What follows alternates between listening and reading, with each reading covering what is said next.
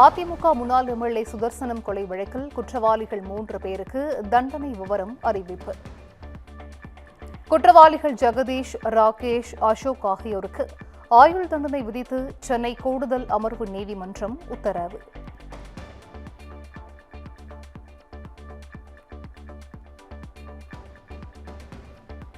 கொள்ளை வழக்கிலிருந்து ஜெயில் தார் சிங் விடுதலை. சென்னை கூடுதல் அமர்வு நீதிமன்றம் நீதிபதி தீர்ப்பு.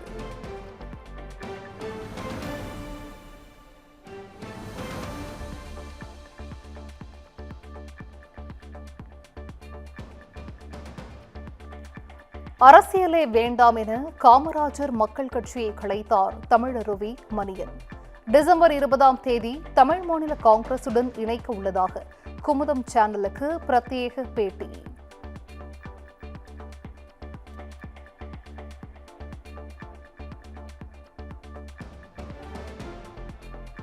தன்னை கொல்ல முயலும் கூட்டத்திற்கு அன்புமணி துணை போகக்கூடாது. டிஜிபி அலுவலகத்தில் புகார் கொடுத்த பின்னர் சேலம் மேற்கு தொகுதி எம்எல்ஏ அருள் பேட்டி. வங்கக்கடலில் நாளை மறுநாள் சன்யார் என்ற புதிய புயல் உருவாக வாய்ப்பு. தென் மாவட்டங்களில் ஒரு வாரத்திற்கு கனமழை நீடிக்கும் என வானிலை மையம் எச்சரிக்கை.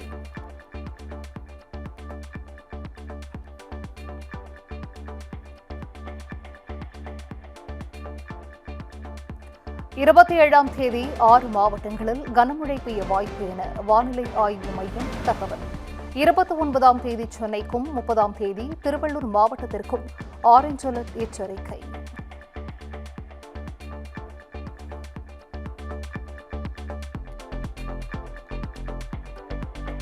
வடகிழக்கு பருவமழை இயல்பை விட 5% அதிகமாக பதிவாகியுள்ளது. 4 இடங்களில் கனமழையும் 76 இடங்களில் அதி கனமழையும் பதிவாகியிருப்பதாக வானிலை மைய இயக்குநர் அமுதா தகவல்.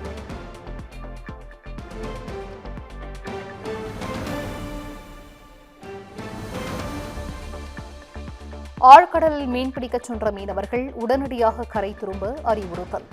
தமிழகம், கேரள கடலோர பகுதிகளுக்கு மீன்பிடிக்கச் செல்ல வேண்டாம் எனவும் அறிவுறுத்தல்.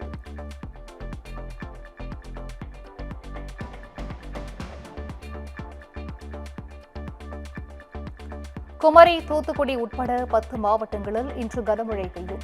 ராமநாதபுரம், தூத்துக்குடி, நெல்லை, குமரியில் நாளை கனமழைக்கு வாய்ப்பு.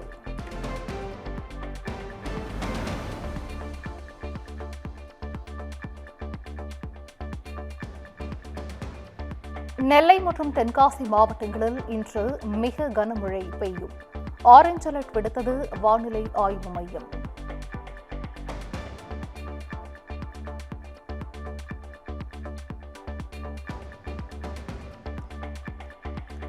நெல்லை மாவட்டம் கீழநத்தம் அருகே குடியிருப்பு பகுதிகளில் குளம் போல் தேங்கிய மழைநீர்.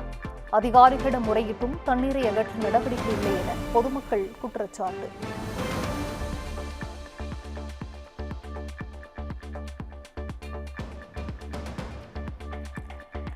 தூத்துக்குடி ஒட்டப்பிடாரம் அருகே காட்டாற்று வெள்ளத்தால் விளைநிலங்களுக்குள் தண்ணீர் புகுந்தது. 100 ஏக்கரில் பயிரிடப்பட்டிருந்த பயிர்கள் நீரில் மூழ்கி சேதம். விவசாயிகள் வேதனை.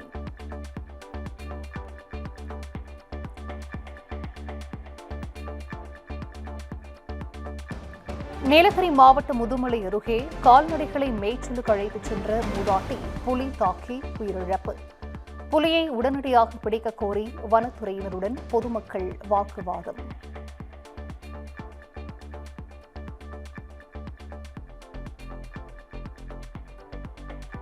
ஈரோடு அருகே ஓடும் பேருந்தில் பயணி அரிவாளால் வெட்டப்பட்டதால் சக பயணிகள் அதிர்ச்சி. மது போதையில் சென்ற பயணி மற்றொரு பயணியை அரிவாளால் வெட்டியதால் பரபரப்பு.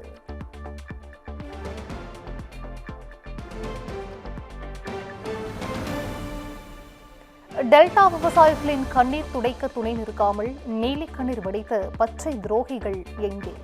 சாகுபடி காலத்திற்கு முன்பே ஏன் அறுவடை செய்யவில்லை என அதிமேதாவித்தன அரசியல் செய்தார் இபிஎஸ் என்றும் முதலமைச்சர் மு க ஸ்டாலின் குற்றச்சாட்டு.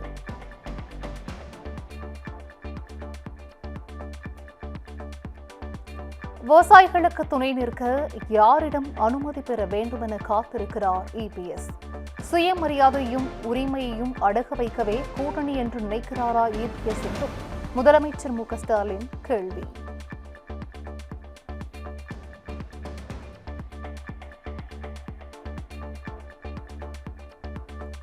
நானும் டெல்டாக்காரன் என வீரவசனம் பேசிய முதலமைச்சர் விவசாயிகளுக்கு விரோதமாக உள்ளார் என இபிஎஸ் விமர்சனம்.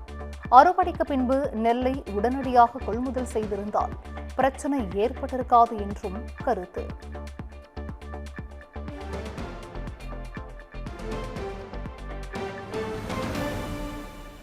நெல் ஈரப்பதம் தொடர்பாக மத்திய அரசு என்ன கூறியது என்பதை தமிழக அரசு தெரிவிக்க வேண்டும் என இபிஎஸ் வலியுறுத்தல்.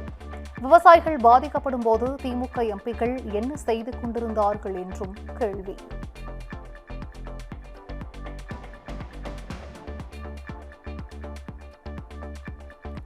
நிரந்தர டிஜிபியை நியமிப்பதில் திமுக அரசுக்கு தடுமாற்றம் ஏன் என அதிமுக பொதுச் செயலாளர் எடப்பாடி பழனிசாமி கேள்வி.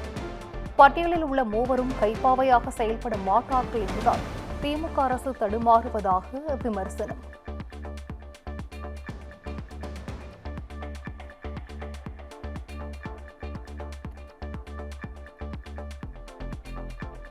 தேர்தல் நேரத்தில் எஸ்ஐஆர் மூலம் அரசியல் கட்சிகளுக்கு பாஜக நெருக்கடி கொடுக்கிறது. சென்னை எழும்பூரில் எஸ்ஐஆருக்கு எதிராக நடைபெற்ற ஆர்ப்பாட்டத்தில் விசிக தலைவர் திருமாவளவன் குற்றச்சாட்டு.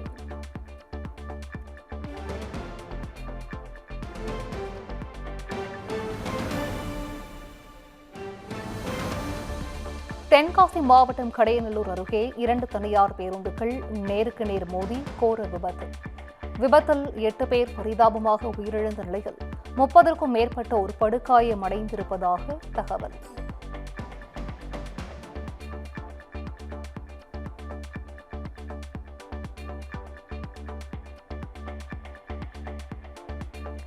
கடையநல்லூர் அருகே பேருந்து விபத்தில் உயிரிழந்தோரின் குடும்பங்களுக்கு தலா 3 லட்சம் ரூபாய் நிதியுதவி, படுகாயமடைந்தவர்களுக்கு தலா 1 லட்சம் ரூபாயும், லேசான காயமடைந்தவர்களுக்கு தலா 50,000 ரூபாயும் நிவாரணம் வழங்க முதலமைச்சர் உத்தரவு.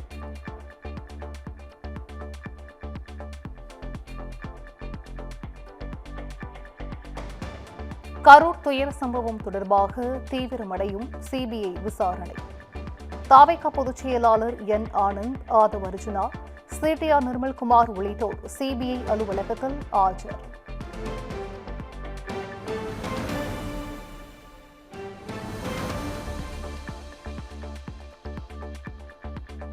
விஜய் ஆச்சரியக்குறியாக இருந்தாலும் சரி, தற்குறியாக இருந்தாலும் சரி, எங்களுக்கு தேர்தல் வெற்றி மட்டுமே குறி. திமுகவிற்கு யாரை கண்டும் அஞ்ச வேண்டிய அவசியம் இல்லை என்றும் அமைச்சர் ரகுபதி பேட்டி.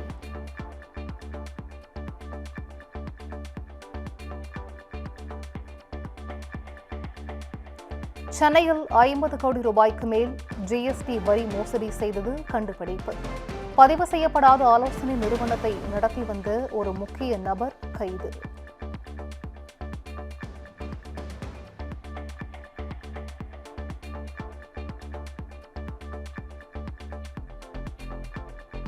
திருவாரூர் மாவட்டம் திருத்துறைப்பூண்டி பிரதிமருதேஸ்வரர் கோவிலில் புகுந்த மழைநீர்.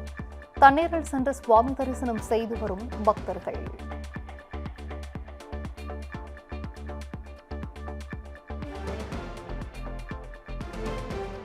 தஞ்சை அம்மாபேட்டையில் மழையால் கடல் போல் காட்சி அளித்த விளைநிலங்கள். இடுப்பளவு நீரில் மூழ்கிய பயிர்களுடன் விவசாயிகள் போராட்டம்.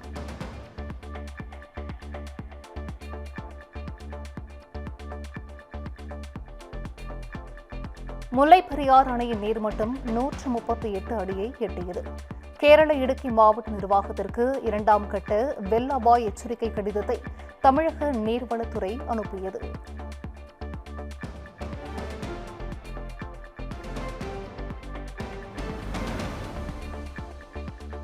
தஞ்சை மாவட்டத்தில் பெய்த கனமழையால் 500 ஏக்கர் தாளடி நெற்பயிர்கள் நீரில் மூழ்கி சேதம்.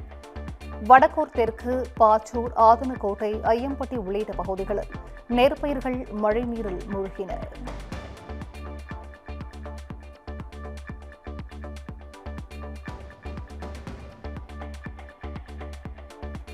தாவேகா தலைவர் விஜய் குறித்து அவதூறாக வீடியோ வெளியிட்டதாக யூடியூபர் கிரண் ஃப்ரூஸ் மீது தாக்குதல் நடத்தப்பட்ட சம்பவம். தாவேகாவை சேர்ந்த 4 பேரை போலீசார் கைது செய்து விசாரணை.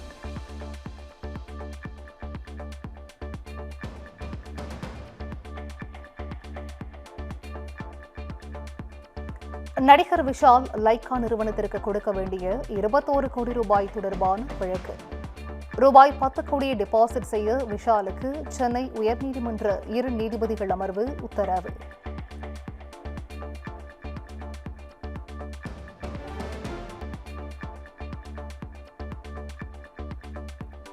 வேலூரில் பிறந்து சில மணி நேரமான பச்சிளம் பெண் குழந்தை சடலமாக மீட்பு. கால்வாயில் தூக்கி வீசிச் சென்றது யார் என்பது குறித்து போலீசார் விசாரணை.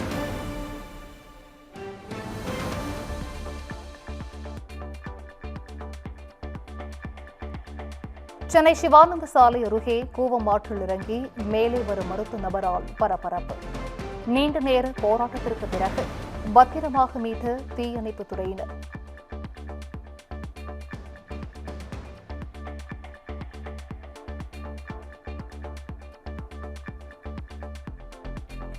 உச்சநீதிமன்றத்தின் 53வது தலைமை நீதிபதியாக பதவியேற்றார் சூரியகாந்த். குடியரசுத் தலைவர் திரௌபதி முர்மு பதவி பிரமாணம் செய்து வைத்தார்.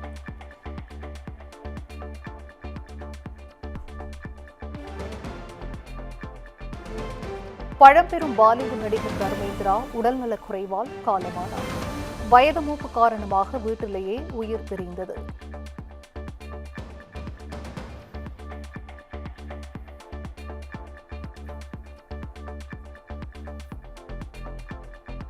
தர்மேந்திராவின் மறைவு இந்திய சினிமாவில் ஒரு சகாப்தத்தின் முடிவை குறிக்கிறது. மக்களின் இதயத்தை தொட்ட ஒரு அற்புதமான நடிகர் என பிரதமர் நரேந்திர மோடி இரங்கல்.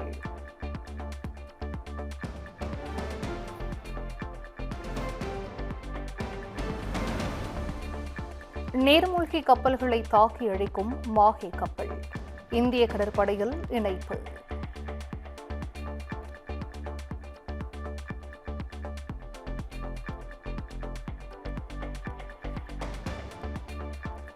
பாகிஸ்தானின் பெஷாவர் நகரில் உள்ள ராணுவ தலைமையகத்தில் தற்கொலைப்படை தாக்குதல். 3 பேர் கொல்லப்பட்டதாக தகவல்.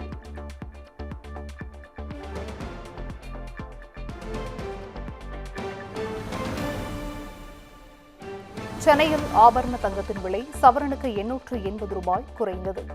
கிராம் 11,520 ரூபாய்க்கும் சவரன் 92,160 ரூபாய்க்கும் விற்பனை.